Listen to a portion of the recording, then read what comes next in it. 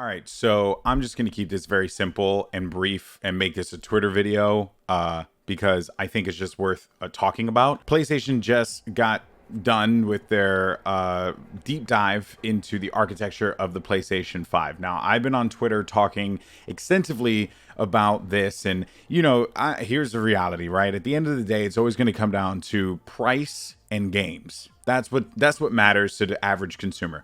But the problem is that this presentation was the first thing that anyone has seen about the PlayStation 5.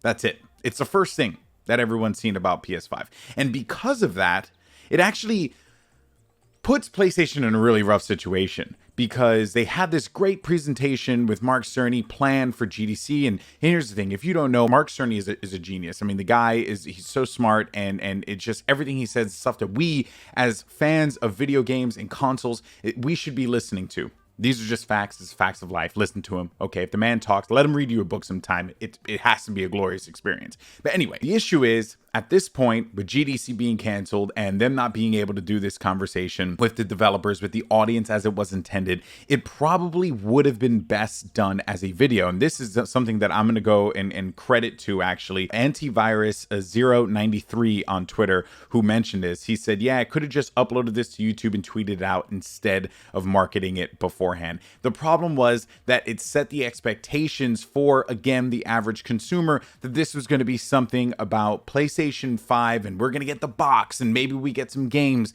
but that's not what this was going to be. And that, I think, is the issue that PlayStation now is going to be running into, because the headlines are not going to be about the box. It's not going to be about any games. It's going to be about how the Xbox Series X is stronger than the PlayStation 5. And now there's a lot of things that you can kind of wrap your head around, but the stats, the numbers show that the Xbox Series X is technically stronger than the PlayStation 5. And that is ultimately what everyone will be talking about, or at least that's what I think everyone's going to be talking about in the games media. That's kind of it. It just wasn't really the best kind of way to show the information for the PlayStation 5. It should have just been a video on YouTube and then just said, hey guys, if you want to check this deep dive how it is to make this PlayStation 5, they probably should have just did that. It would have been a much better strategy for them. As far as what the presentation had to offer, Mark Cerny he had so much to say about how they're designing this console, and really a lot of emphasis on the SSD, which I think is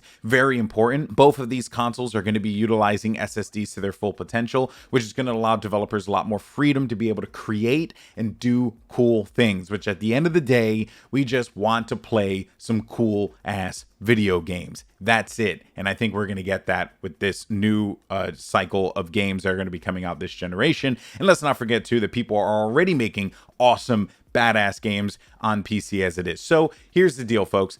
Play the games how you want, where you want. And at the end of the day, it doesn't matter, because Nintendo Switch is still king. And that's where I'm going to leave it. Bye.